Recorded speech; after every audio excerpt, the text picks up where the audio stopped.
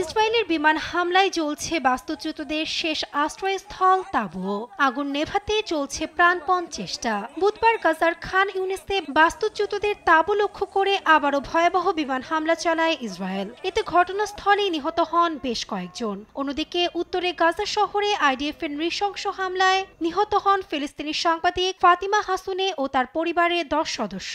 প্রতিদিনই বাড়ছে ইসরায়েলের আগ্রাসনের তীব্রতা। এর মধ্যেই বুধবার বিধ্বস্ত উপত্যকাটিতে অনির্দিষ্টকাল সেনা রাখার ঘোষণা দিয়েছে ইসরায়েলি প্রতিরক্ষা মন্ত্রী ইসরায়েল কাটজ। জানান, যুদ্ধ শেষ হলেও বাফার জোনে অবস্থান করবে সেনারা।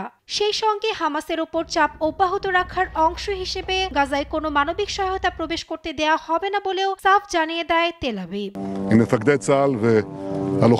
এদিকে জিম্মিদের মুক্তি দিলে গাজায় অবিলম্বে যুদ্ধ বন্ধ হবে বলে জানিয়েছেন মার্কিন বিশেষ দূত অ্যাডাম বোহলার। আল জাজিরাকে দেয়া এক সাক্ষাৎকারে হামাস যে কোনো সময় এ ব্যাপারে তাদের সঙ্গে যোগাযোগ করতে পারে বলেও জানান ট্রাম্পের দূত। আমাদের সকল জিম্মিকে মুক্তি না দেওয়া পর্যন্ত কিছুই আগাবে না। প্রথম ধাপই হলো তাদের মুক্তি দেয়া। হামাস এই যুদ্ধ শেষ করতে পারে, তারা যে কোনো সময় আমাদের সঙ্গে যোগাযোগ করতে পারবে।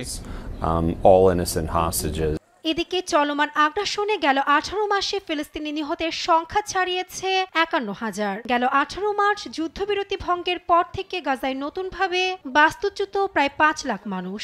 উপত্যকাটিতে প্রতিদিন সংঘটিত নৃশংসতাকে স্বাভাবিক করা নিয়ে সতর্কতা দিয়েছে জাতিসংঘ। এদিকে ফিলিস্তিনিদের সমর্থনে মালদ্বীপে ইসরায়েলি পাসপোর্টধারীদের প্রবেশ নিষিদ্ধ করেছে মালদ্বীপ। মঙ্গলবার দেশটির পার্লামেন্টে নিষেধাজ্ঞা সংক্রান্ত একটি আইনের অনুমোদন দেয় সরকার। নাসরিন আক্তার, নিউজ ডেস্ক, দেশ টিভি।